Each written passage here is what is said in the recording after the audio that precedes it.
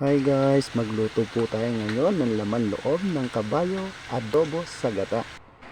Ayan po ang ating mga sangkap sa lulutuin natin.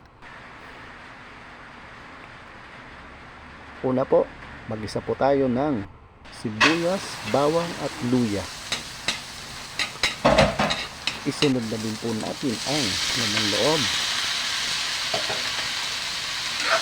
Lagyan po natin siya ng seasoning mix, asin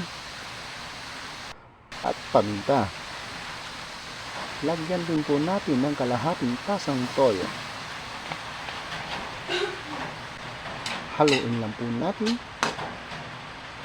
at ilagay na po natin ang Mamacita oyster sauce. At ilagay na din po natin ang purong gata. Antayin lang po natin siyang maiga. Ang sarap niyan sa mainit na kanin, lalo sa pampulutan. Ayan guys, luto na po.